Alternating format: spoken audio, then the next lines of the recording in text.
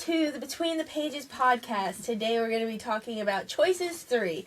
We went over Choices 1, which was actually like harvest what you plant, and then we talked about Choices 2, which was financial stuff, and now we're doing Choices 3. Yeah, each one of these is, you're reaping some type of a harvest. I mean, like you say, you plant seeds. I'm Jimmy, this is Sarah. Welcome to our podcast. And sorry about that, folks. You reap what you sow. And so the thing is today we've been working on the book of James, and to Mama Jope is the first book in the series, and it was dealing with burying the hatchet and putting things behind you and dealing with anger and that kind of stuff. And then the second book in the series is physical, anointings and prayer of faith and that kind of stuff. And we were going to touch on some of that today, because I've personally, just to share something, I've been exercising more. I've changed the way my diet and things, and so that's part of my physical goals for last year. I was, there was a lot of stress at work. There was a whole lot of issues going on, and I was not taking good care of myself. And so, I was talking to my boss one day, and she's like, "Oh, Jimmy, you need to go. You should check in every so often." I'm like, "Well, I had a physical when I was 50, and I said, when I hit 65, I'll go back and get another one." Well, I got delayed or whatever for whatever reason, and so it was 16 years between doctor visits, which is kind of unusual for a lot of people, but I'm in fairly decent health. And I said, well, every time I go, they never find anything. They just take blood and say everything's okay and send me on my way. And when I was 50, the guy did an EKG, and so, I signed up for insurance, and I thought, well, I'll go contact that guy. He's like, "Oh, we threw all your records away 5 years ago, because you hadn't been in here." I'm like, okay. And so, I said, well, I've been eating, I don't know how it is for all of y'all, but, I like donuts, and so I was donut addict, and it was all because I just had an unhealthy approach to food. So anyway, I decided, well, I just like anyone else, I see commercials on TV. I don't watch a lot of TV. I only watch TV. And don't say any of the names. I only watch TV once a week. And that's on Friday evenings. I watch a little television, and lately I've been watching Monk, because he's kind of a quirky kind of guy like me. I know. So, but in between times, there's commercials come on, and I see all these commercials for all these weight loss and that kind of stuff, and I thought, well, I'll go see the doctor and see if I can get her to, do something like that. So anyway, without delaying too much more, I guess we're going to try to share the screen. Thank you. And so we're going to fix all of this. All right, so you roll the mouse over it, and then you can click it. All right, so I'll go over here. All right, so this is Choices 3, and so this is basically we're going to talk about my little weight loss journey. And so, excuse me, I guess the thing about it is, let me just kind of preface this with, I'm not trying to say anything about what you should be doing or anyone you know should be. We need the financial advice disclaimer, we are not doctors, we're not professionals. Okay, I felt like, I think, and I feel, that if I knew something and I didn't share it, well, that would be not good. And so, but the thing is I realized, what I did, a lot of people may not be able to do because they have physical impairments or whatever. So I'm not saying this is something that would work, but if you're a person who's in somewhat general good health, this may be something you want to consider. Okay, and so, and the reason why we decided to do this is because it's the beginning of the Gentile New Year. Okay, the one that begins in January, and I don't know whether you folks know it or not, but there are many New Years during the course of the Gentile. There's the Hebrew New Year, which like goes with There's a Chinese New Year. There's all kinds of different New Years, and even the Hebrews, they do either first of Nisan or first of Tisri. It depends on which sect you're in or whatever. And so there's all types of New Years, and even the months and the days, they have different names and different meanings, and it's like hard to keep up with. But in general, in America, it's going to begin on January 1st, which is named after a pagan god, Janus or Janus. And or they're whatever. going to do all of the New Year, New Me. And yeah, well, it's a new beginning is what Janus is. It's a new beginning is what it stands for. So they named the first month of the year January. And so, I guess the thing is you just need to understand why things are called the way what they are. But this is something you could do. It doesn't have to be the new year. You could do it. In my particular case, I was thinking about, well, I need to lose some weight.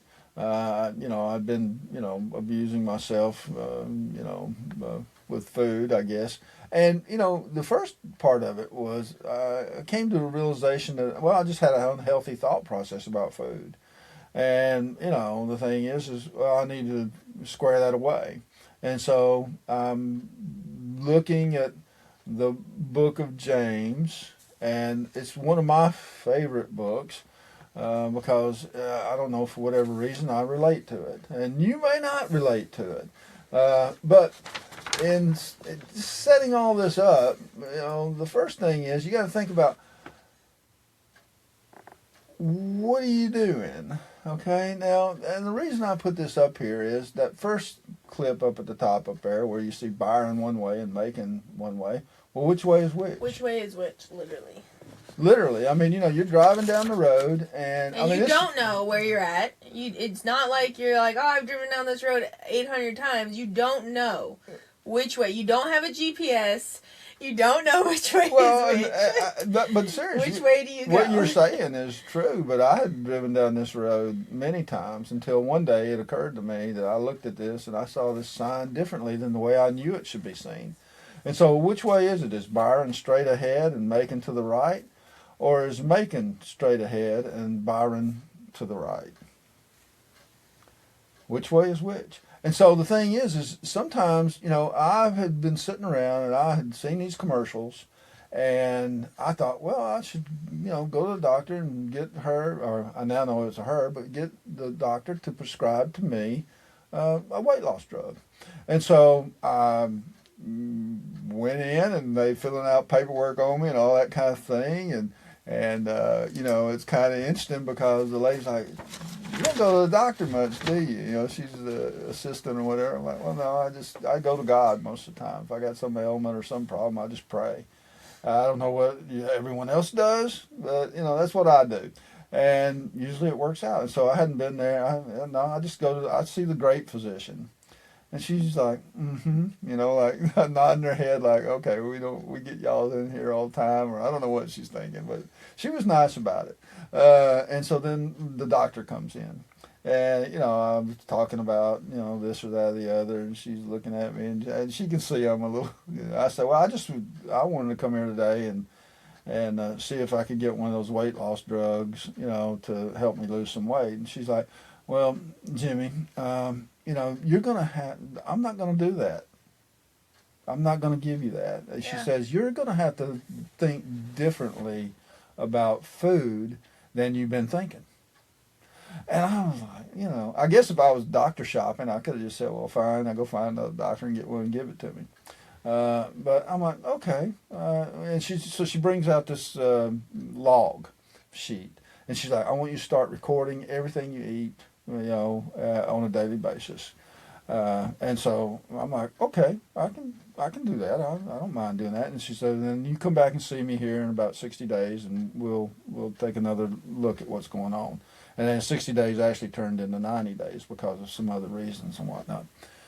But when I went back for the follow-up, she was dreading it. She's like, oh, God, that guy's coming back, But during the course of the first visit, I was talking to her. I said, well, I talked about God a lot, during this, interview process, and I hope you don't find that offensive or anything. That's just who I am. She said, oh, no. My daddy was a preacher, and I'm married to a pastor, and so I don't have a problem with it at all.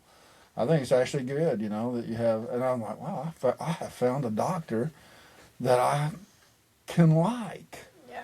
Because most doctors I would go to, they're secular and they don't want to hear about your religious points of view, and they just want to do whatever to you. So I said, well, okay, great. So I said, oh man, what am I going to do now? So I go out, I get in the car. She sends me next door for blood work and that kind of stuff. And all the blood work came back really good. I mean, she said my blood pressure was a little high. She said that my cholesterol was in the range, but it could be lower. And she said, oh, you're on the verge of your A1C is getting up a little high. And I'm like, okay, all right, well, I can deal with all of that. I can change the way I eat.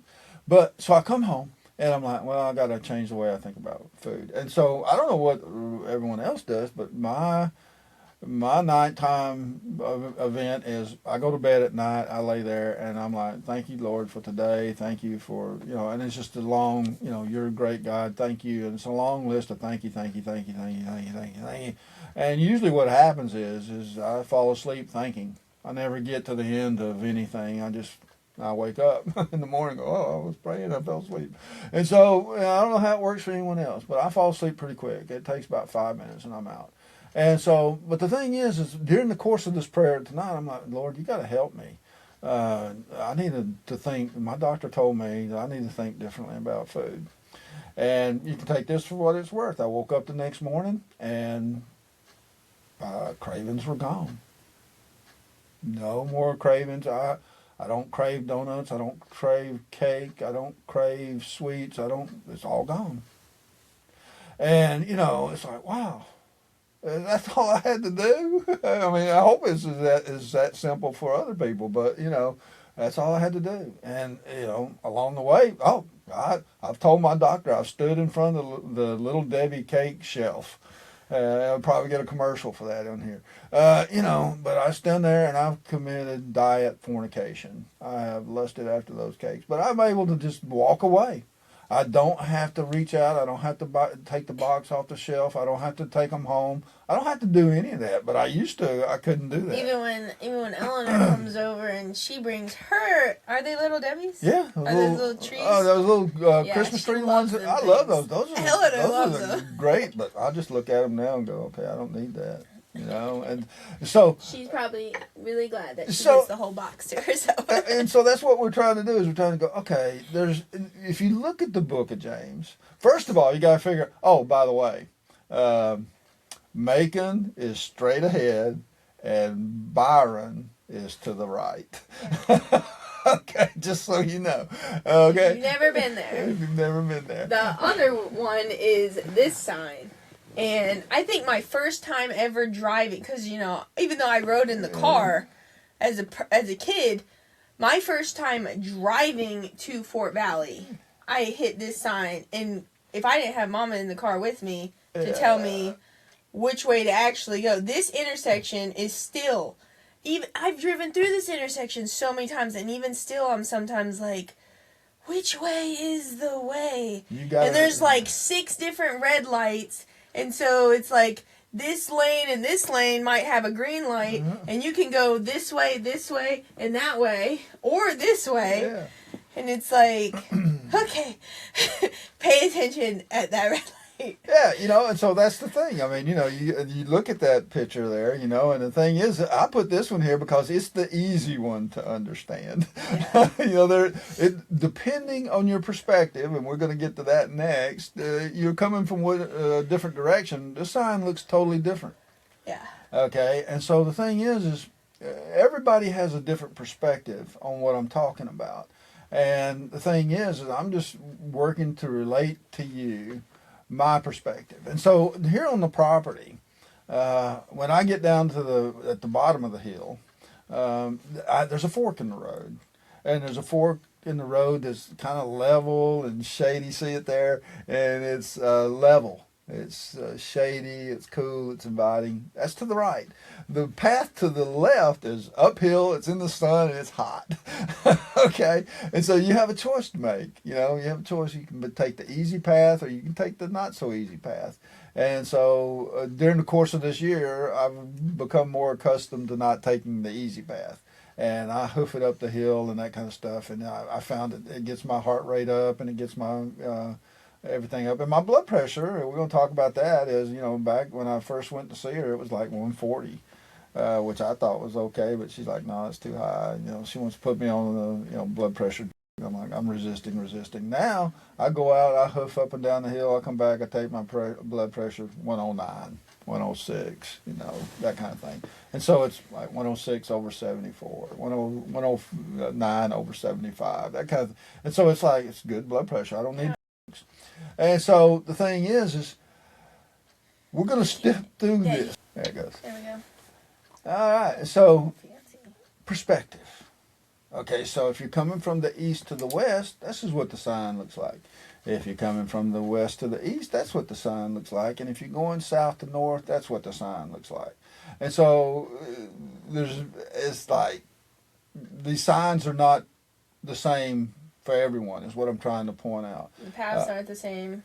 And even if you're on the same path, it's different. Yeah, it's different. Depending on what direction you're coming from, you're going to get a different view. And so that's why I'm saying I can only relate to you the point of view I have. You have a different point of view. You have a different whatever. But early in my youth, I was a young person and I was working at a company in Huntsville. I knew a guy named Jim Hip, and his motto was, life is uncertain. Eat dessert first. And I kind of took that to heart in a lot of ways. Except when he was raising us. He was like, oh, no, you got to eat your food you gotta and then eat you your can green have beans dessert. first. Yeah, and parenting thing. But yeah, but yeah, and so I developed a bad habit. I mean, some of the bakeries down there make great, confections, and it's like it's a wonderful thing, and I learned to enjoy that, and it was not a problem. I was really, really active, and I eat them, I burn them off, and I stayed thin. But as I got older, I became more. My job was, not. I was office cubicle type environment, and so if I eat something like that and I didn't exercise, it just turned to blubber, and so I got out of shape. Visceral fat. Okay. Pretty sure that's what it's. I don't really know. I got out of shape. Okay, and so the thing about it is, I guess what I'm trying to say, and maybe not doing that good of a job at it, is that I don't know you, and you really don't. You don't know me, other than what is going on here. But everyone's situation is different. Some people have physical limitations. Some people have other mental limitations. Some people have spiritual limitations. Some have combinations of that. Some have all three. And I'm not saying that this is going to solve your problem. And by all means, I'm not trying to tell you to do anything contrary to what your doctor is telling you to do, because I don't need that kind of. I just know what works for me. And we're not talking about you. We're talking about him. Yeah, I'm talking about me. I'm talking about what works for me. And so, but in life, you have choices.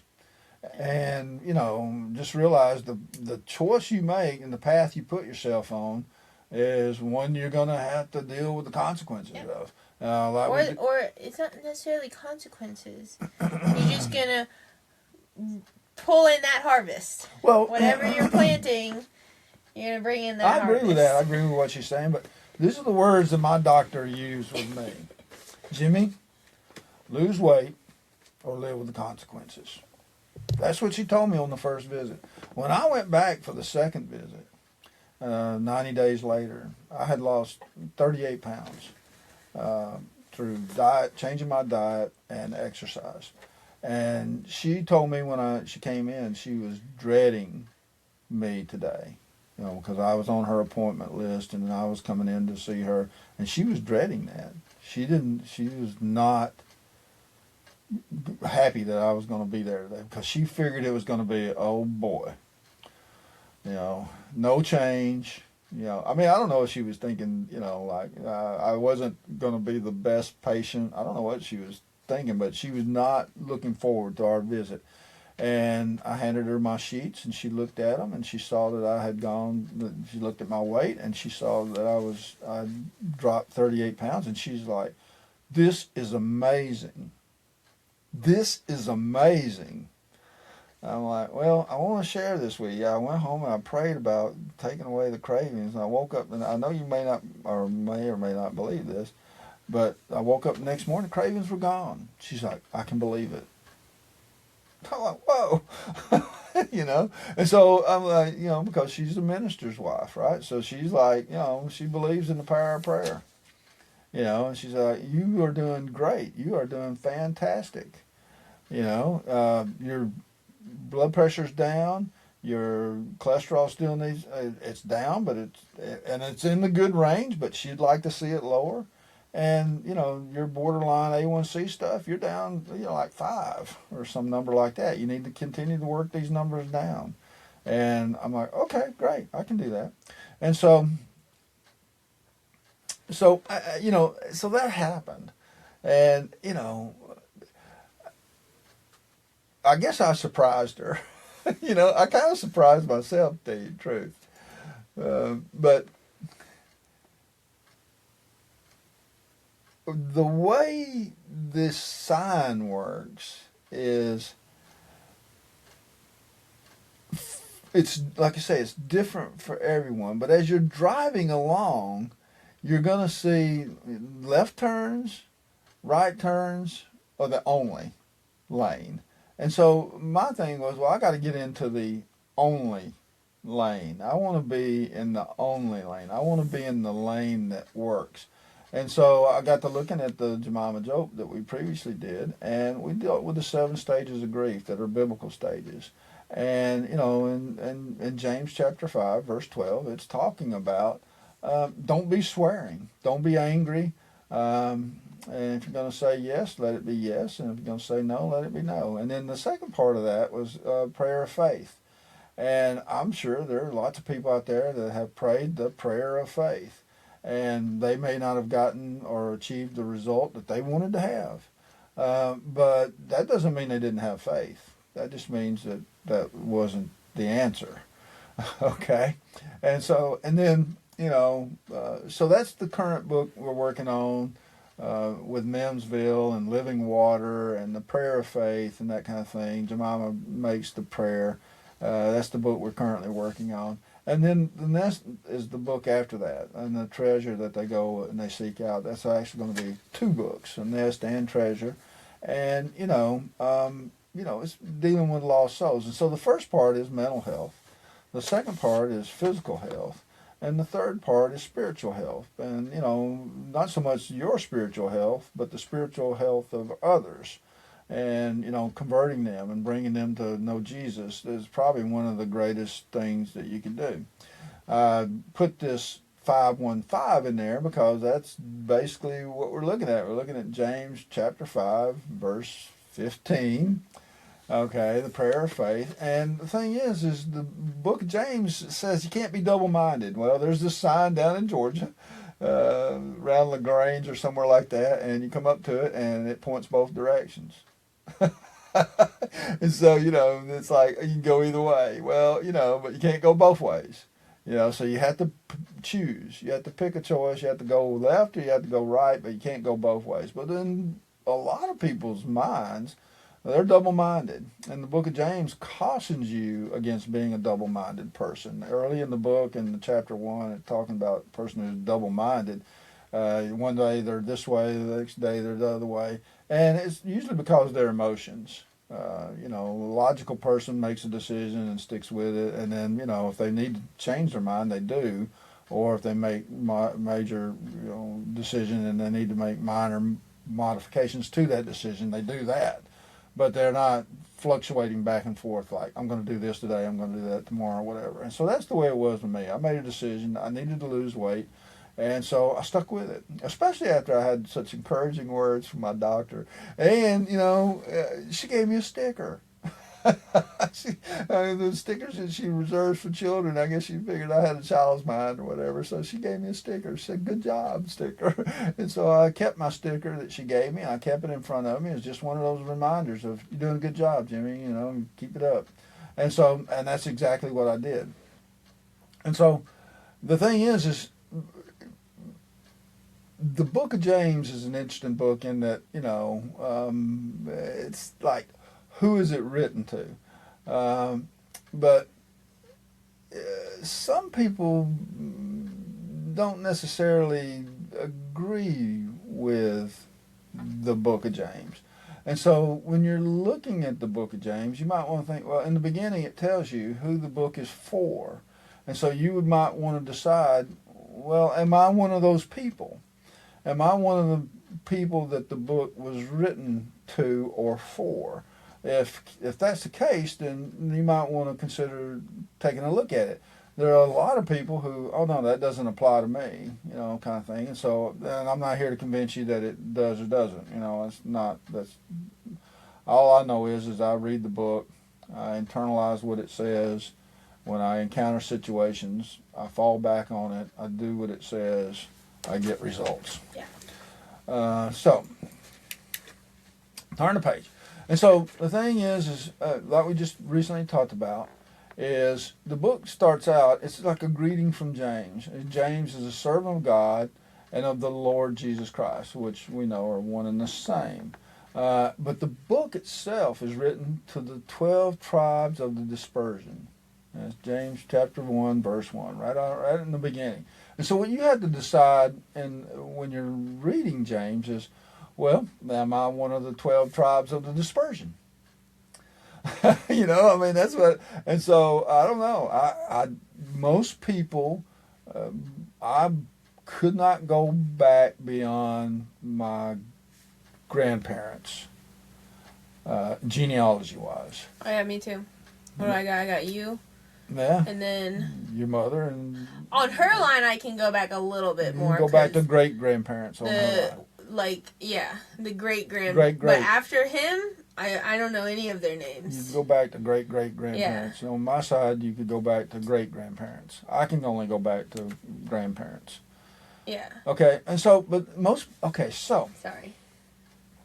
I'm really good at getting off topic. Well, no, it's fine. It's a good point because a lot of people, some people can track their genealogy. Well, yeah, and they do that ancestry stuff. But aside from that, yeah, well, how accurate is that? I don't know. It could be that it's true. I don't know. But in general, all of the records that would determine if you were of the 12 tribes of the dispersion were destroyed when the Romans burned the temple down to the ground. Yeah. Okay, and so all you got to do is think about, if you're like me, I have a paper birth certificate. So if something were to happen to the Madison County Courthouse downtown, assuming that it wasn't all digitized now, and there was a fire, all of those records would be destroyed. There would really be no proof that I ever was born other than the copy I have. Of my birth certificate.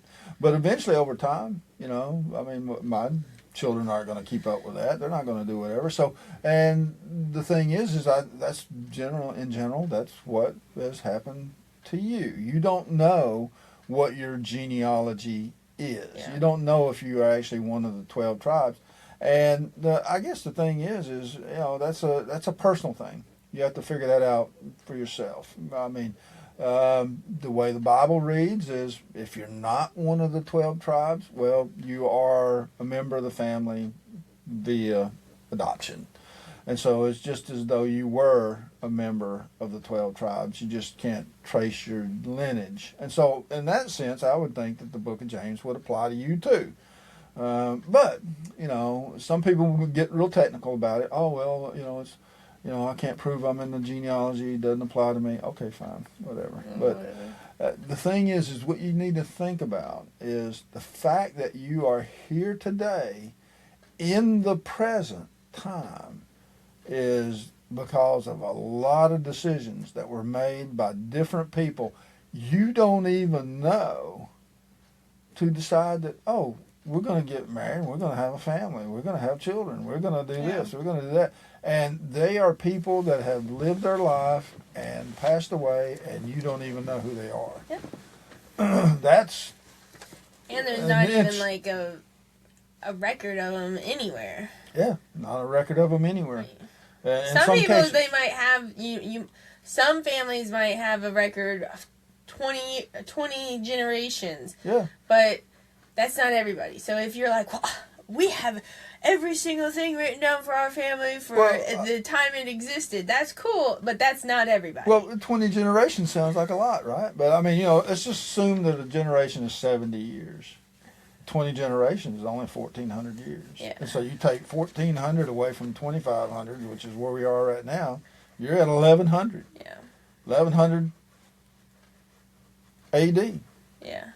You're not even back even close to the temple. 1,000 years done already passed. Well, yeah. So, I mean, you think about that. 30 generations, 40 generations, 50 generations. How far back does that actually go for you? And, just realize, too, that it was not anything like it is today, where we're sitting around looking at computers and we got lights. I mean, those previous generations, life was a struggle. And that was one of the things that, you didn't really know where your next meal was going to come from in some cases. And so bread was an important part of the diet, because you would eat bread and you would store up carbohydrates for energy. Yeah. And so that's what I was doing, okay? I was storing up carbohydrates, but I wasn't going...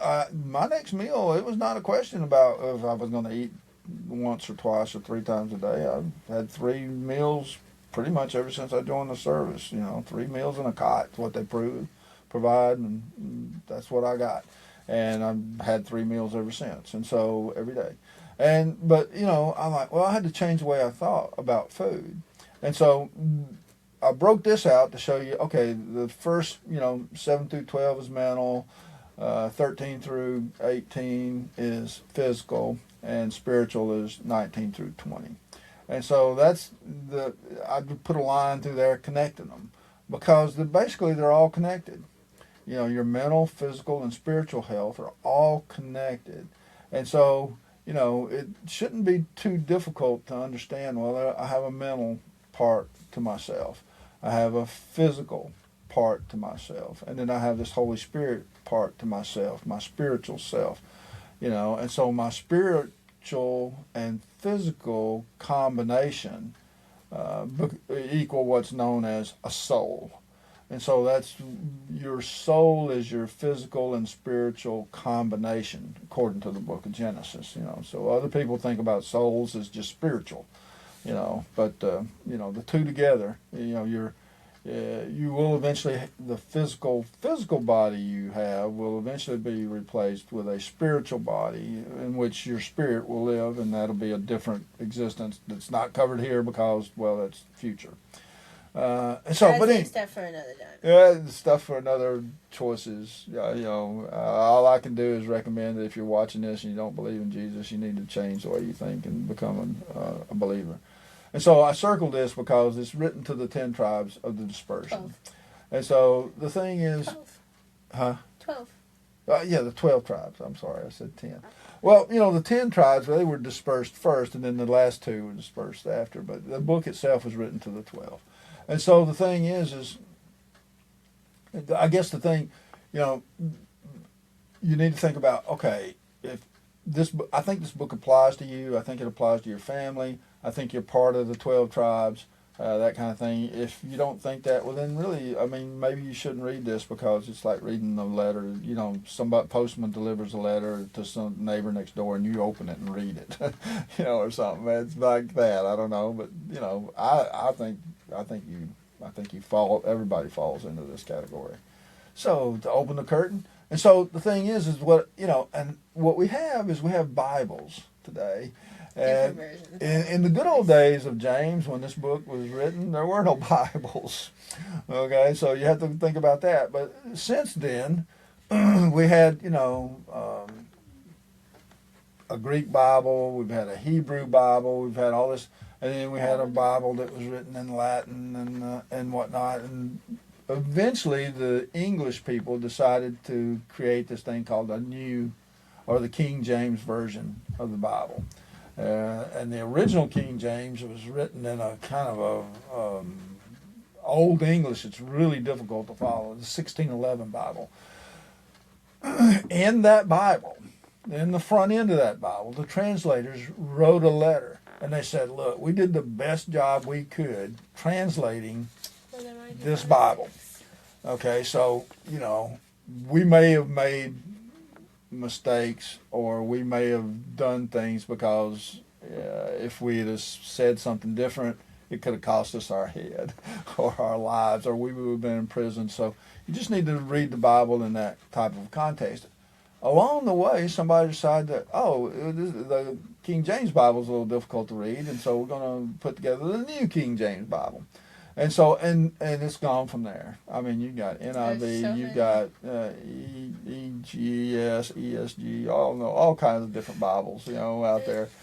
Kids' Bibles, adult Bibles, this Bible, that Bible, There's whatever. There's one that's like the modern slang or whatever, and it gets to the part of like Passover, or not Passover, but it's that meal that they were having. Last Supper. And I mean, it's whenever the one person like does something against Jesus, and they're like, and he goes to Jesus and he's like, well, who is it? And they're like, says something, but in the slang version it's like you don't know, man, or whatever, like, because it's Don't him, you know, it's man? you're the one. Yeah. You're just, and so it's like there's so many different, Well, and that's the whole thing. Once you start, but you lose pieces of it when it's like that. when you start converting it to different, the key thing that's missing is with the King James Version of the Bible, you have the Strong's Concordance, which is a very well written concordance. And it takes every word and it defines the word, what its meaning is, and what the context that it was written in. And so the thing is as the later Bibles were written, there may be concordances with those. I don't know. Well, and then it becomes down to how scholarly the person is that wrote those, and what level of detail they would go to. But I put these up because they're basically the two that most people use, and even in you can see that the words are a little different from one version to the other, but in general they agree. The first part of it is don't be swearing. Job is mentioned, his suffering, his mental anguish is mentioned as part of that, but he kept the faith. And then the second one is the prayer of faith, and keeping that. And there's, like I say, it's pretty much consistent from one to the other. It's just the words are a little different. But I wanted to put that in there just so you know where I'm coming from, because that's the way, Good stuff. Yeah, so takeaways. The new Jemima. So the old Jemima, I mean, we're talking about mental health here. So that's so neat. I haven't seen them right next to each other. I've seen both of them, but man, she looks like such... It's so funny because the first time reading Jemima Job, it's like, oh, she's like a 20-year-old or whatever. Yeah. And then you look at her next to the older Jemima, and it's like, wow, she looks like up. a little baby. Yeah, she's growing up, to me. So, yeah. But, the first book up there on the right is Silly Millie, and then we put the green ribbons in there, which are symbolic of Mental Health Awareness Month and that kind of thing. And but basically Jemima has a grudge. She's holding a grudge, but she learns to eventually bury the hatchet, and she becomes she begins to become a more patient person. Like we talked about in one of our earlier podcasts, there's no reason to be anxious. There's no reason to be impatient. Whatever. Don't swear. Be slow to anger, and don't be double-minded. Okay, those are basically the takeaways from 5, 7 through 12. And if you're looking for that's just your point of view. Well, what happens sometimes is the Bible actually interprets itself. And so in the next slide, we'll get into a little bit more of that, where this same book says the same thing, so it's like in different verses or whatever. But the prayer of faith, and physical well-being. In the next book, I Am Mem, and Jemima, she's already been reasonably physically active, but now she meets a person who's physically active also, and I don't want to spoil it for you, but they fall in love. And, but, the book 5, James chapter 5, 13 through 17, talks about anointing. And the purpose of the anointing is not to heal you. God is the one that does the healing. People can't heal you. I mean, I know there's a lot of people out there who believe that that's possible, and I don't know, maybe in some circumstances that might be something that actually occurs. I mean, but in general, God is the one that does the healing. The prayer of faith that you're offering is a prayer. I don't just go out anointing people. I only anoint people who ask to be anointed. Because if you don't have faith, then I'm wasting my time. And so, but I anoint myself weekly, and I pray to God a prayer of faith, and He answers my prayers, So, not saying that's going to work for you. I don't know. But, I anoint for healing. I anoint for a lot more than that, to be able to think clearly, to be able to reason clearly, to be able to make the right decisions. I have decisions I have to make daily, sometimes more than one a day. And I know that sounds kind of unusual, but, sometimes you make big decisions, 2 and 3 and 4 and 5 decisions a day. And, I want to be able to have a clear thought process related to that. So, anointing oil is something that you don't have to, you just buy olive oil, the good olive oil, not, blended olive oil, but all of our people, of the Israeli, people, olive oil was, what we would be used for anointings. And it doesn't need, all you do is you just pray over the olive oil for God's blessing. And you don't have to have it doesn't have to be a long, if you want it to be a long, drawn out prayer, that's fine. But in general, I think God knows what you're doing, and I think He knows what your needs are. And so you're just saying, basically, bless this oil, Lord. Thank you. Praise your holy name, kind of thing. But, God is the one that does the healing. And so what you're doing is you're confessing your sins. And, there was a time in the Bible when they assumed that if, you were sick or ill or whatever, it was because of some type of sin. But, and that could be. I don't necessarily know that that's the case all the time. Some things are not, sin-related, diseases of, the fact that you have the flu or something like that, probably don't have anything to do with the fact that you were, cursing someone out or, stole someone's property or something. But it could be, if you, the place you broke into had the flu virus on the doorknob, you might have got the flu that way. Oh, who knows? But, in general, you're being anointed for the forgiveness of sins. To be forgiven for your sins, and to forgive yourself, and to live in the present, and pray for healing. And so that basically is my interpretation of that section, for right or wrong. Take it for what it's worth. And so then the last part is, saving lost souls. And so, if you have good mental health and you have good physical health, then you have the ability to go out and explain that to other people. People that are lost, and help them get on the path to a better life. And what better life is there than knowing your sin debt has been paid and you have eternal salvation? Definitely is one less thing to worry about. And so the thing is, you got to recognize that some people that claim to be converted may not actually be converted. So that's something to always think about. But so anyway, it's always good to just have the takeaway part. And when you're looking at the books and reading them to your children, this is some of what's going on. shatter all that. The testimony of truth is, the truth established by the testimony of two people. And so in James chapter 1, verses 6 through 8, it says, ask in faith. So there's your, 5:15, 1:6. You've got two instances where this occurred. In James 4, 7, and 8, it's talking about resist the devil. I don't know that you can do much more than that. I know there are a lot of people who say, well, we cast out this demon or that demon. I think the apostles did that. I don't really know anyone who does that today, and I don't really know anyone who has the ability to do that. But I know one thing, if you resist him, he'll flee. So I guess that's kind of the same thing.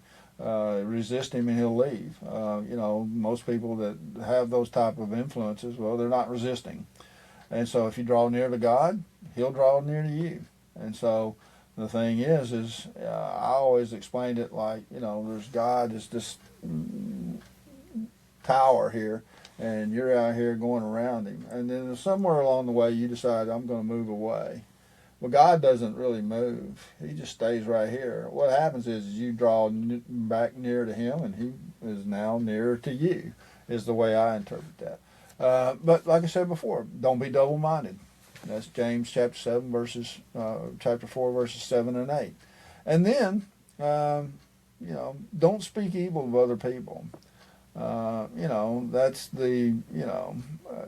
everybody, you're not really much different than anyone else. Everybody that you're going to meet, they're just like you were at one time. And so, if someone comes into the congregation or comes into the faith, don't be judging them too harshly. Okay, because you're just as guilty as they were. If they're off course, then you need to help them get back on course. And that's where I was. I was off course with the way I thought about food and the foods I was eating and the activities I was doing, and I needed to get back on course. Okay, and so it's been an interesting journey to do that. So anyway, I only throw this in here because sometimes you go, well, does the Bible really say that? Well, the stuff it says in chapter 5, it says in chapter 1 and verse 4. And I assume, that if you went and looked in other parts of the Bible, you'll find something pretty close to this there too. All right, so loss by quarter timeline. Up on the left side over there's the happy food pyramid that we were all taught by the government when I was in school. Okay, and I lived by that one. And like I said earlier, it's probably a good food pyramid. If you don't really know where your next meal's coming from, you definitely probably want to be loading up on the carbs. You're probably going to want to, if you're going to be, a couple of days between meals, you're going to probably want to have some energy stored up. But in my lifestyle today, I don't really have to live that way anymore. And so I have this one on the right over there that I adopted, the corrected one. And the interesting part of this is when I adopted this corrected one, I was unaware that the corrected food pyramid existed. So it wasn't like it was something I had knowledge of already.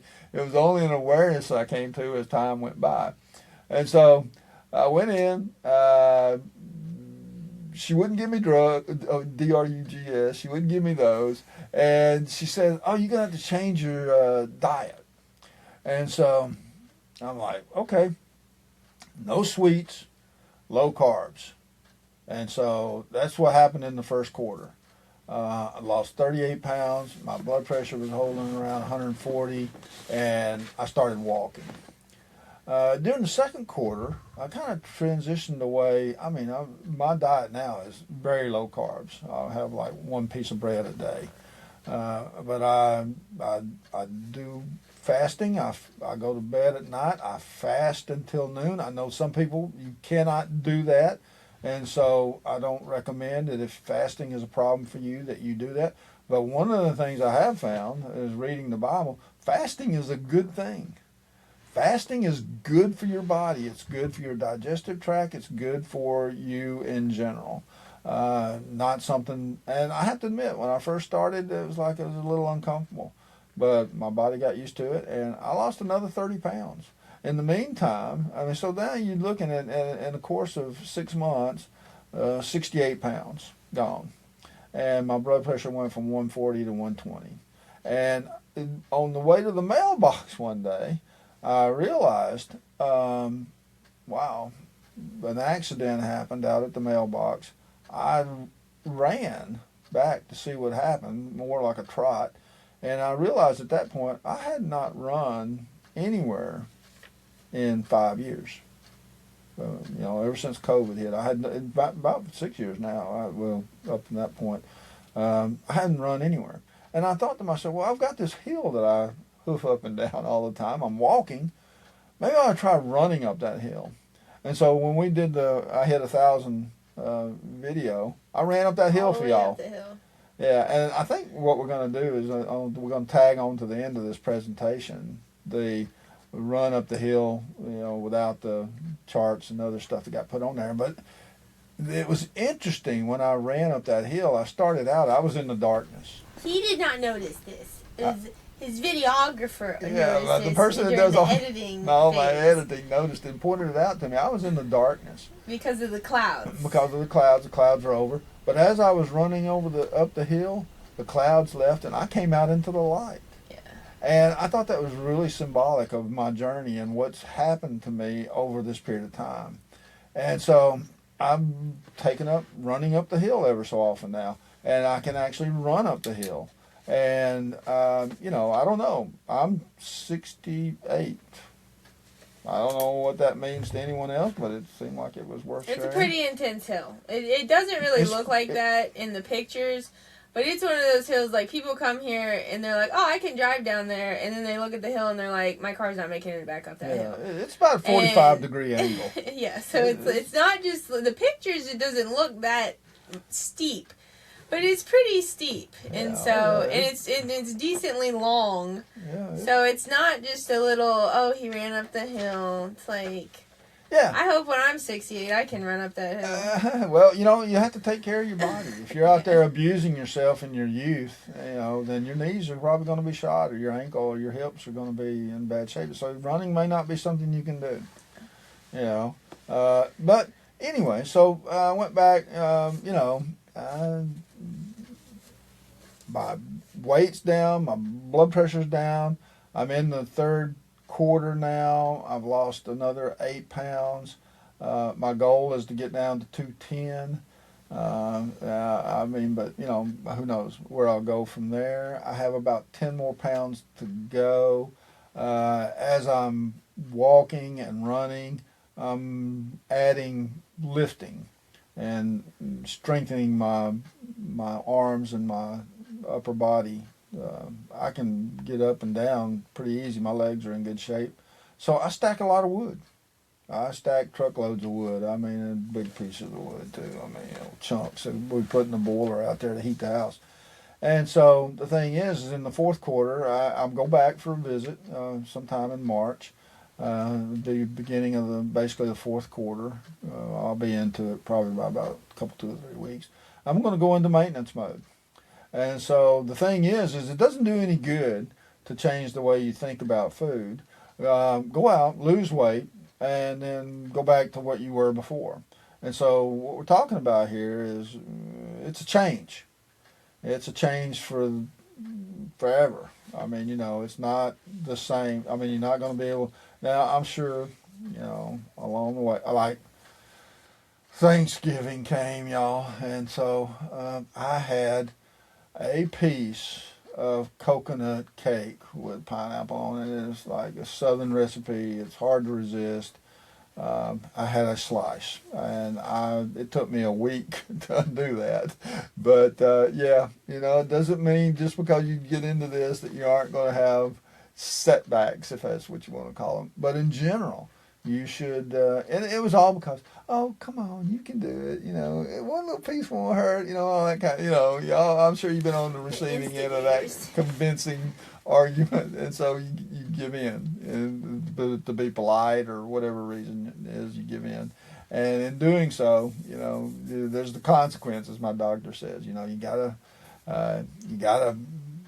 lose the weight or live with the consequences. And so this is just what happened.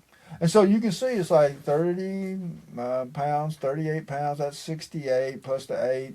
I mean, that's 76 pounds, y'all. That's like, and I'm not even a year yet. So I hear, the other part of this that I hear is it's not just me. There are other people out there who are, and I'm not sure if this is a movement by God or the Spirit or what, but I know up until this point in time, I didn't know a lot of people who were doing what I'm doing. But I've met like 5 other people doing the same thing. The guy that taught me about the inverted pyramid, well, he'd already been through his own. That guy's down to like 170 pounds or something. He's starting his BMI is like, I don't know, 19 or something. He's weightlifting and he's adding protein back to his diet now. He lost the weight, now he's building muscle. And there are a lot of people who seem to be doing that. And so the thing is that's just something that you need to be thinking about. It looks like the Lord's working on some people. And I'm just, for whatever reason, happen to be one of them. And who knows what the purpose of that is. I'm sure it will be revealed to each and every one of us in its own due time. But anyway, I just wanted to share this chart with you, and y'all can think about, what I'm saying and how it applies to your own life. And so, just to wrap this up, it's a new year for the Gentiles. It's time for new beginnings. Will this be your year? And if you're sitting there and you're kind of sitting on the fence going, oh, God, I don't know if I can do that. Well, I'll just say, if I can do it, you can do it. Because, I have a pretty good, strong will, but the Spirit lives, the Spirit encourages me, and, you may be in this group of the population, and you may not be in this group of them. I think there's some kind of genetic thing where, and it's a joke that I tell, and I tell my boss this all the time, and she's like, that's not really funny, Jay. I say, I talk to myself a lot. I tell her that, and she's like, you do? I'm like, yeah, and you know why I do that? And she's like, no, why? I said, because I want to hear someone intelligent talk. And what I've come to realize, y'all can laugh about that. What I've come to realize is not everyone talks to themselves. There's a group of people out there who talk to themselves. They have this kind of voice that goes over in their head, like, what am I going to do next? And they hear themselves thinking, what am I going to do next? And I think that's a genetic thing, because I don't think that happens for everyone. I think that, I don't know if you want to do a survey or whatever, or if you want to go out and try to research it or whatever. But what I found is when I'm reading books, I hear myself doing the words in my head. When I'm thinking about what I'm going to say next, I'm hearing it before I say it. And then I realize there are some people who say things and they're not thinking about what they're saying before they say it. And I think it's genetic. And so you may be one of those people. And so what I'm talking about might not work for you, is what I'm trying to say. Because you're not wired the same as I am. But for those of you who are wired this way, it's definitely something to consider. And so, I can say, if I can do it, you can do it. And so the conclusion, we finally got there, is it's going to take a commitment on your part. You're going to have to have strong will faith. And this is that hill we were talking about. And like I say, it doesn't really look like much in this particular picture, but that's an uphill grade of about 45 degrees. And walking up that hill, the first time I walked up that hill, my feet and my lower legs were burning. It's the only way I can describe it. I was like, whoa, man, this is, why am I doing this? But, and so I started out going up that hill one time a week. And then I decided after a while, I got to where it didn't burn as much. And it didn't burn at all. I'm like, well, I could do this twice a week. So I started doing it on Sunday and Wednesday. I would walk up the hill. Now, I not only walk up the hill anytime I feel like it, pretty much, when it's nice out, I do it every day, 3, 4, 5 days in a row. If it's raining, I'm not going to go out and walk up the hill and risk getting the flu or cold or anything like that. But every now and then I mix it in with run up the hill. And I can run all the way up the hill, all the way to the top of the hill. And, and boy, I'm a little tuckered out when I get to the top of the hill. But my legs aren't burning, my feet aren't burning, and so it's just a gradual thing that you can do over time. You will learn to be better, okay? And so we know that if you make this decision, win or lose, whether you succeed or not, your year will be better. It'll be better than the year you're currently experiencing. You'll at least learn something. You'll take a little bit better care of yourself. You'll realize, oh, I don't need to eat like this or behave like this. And we look forward. I mean, if you want to share in the comments, your results. If you don't have anything nice to say, then just whatever. I'll read them, but I'm not going to do anything with it. I mean, I'm interested in positive thinking people with positive comments, and you can congratulate me on my success if you want to or not. It doesn't matter. But I started this thing out with Jim Hipp, and he's like, life's uncertain, eat dessert first. And that was a bad habit I got into. There was also another guy I knew. He worked the same place, same time. And he said, Jimmy, you need to eat to live, don't live to eat. And I had gotten to the point where I was living to eat. I was just like, I couldn't wait till the next meal or the next, dessert or the next, whatever. And you got to change that thought process. You got to be thinking, okay, I need to eat enough to live.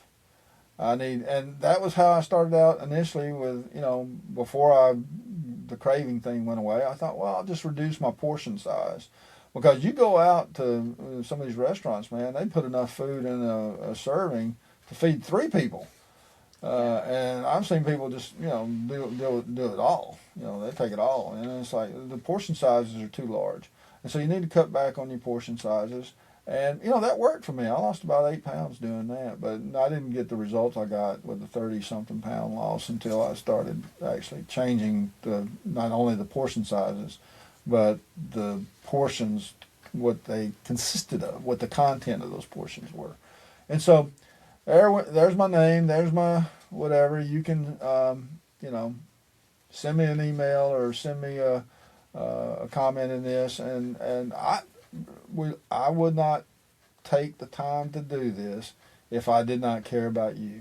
And maybe this isn't you, but maybe you know someone who it is. If you want to share it with them, that's fine. But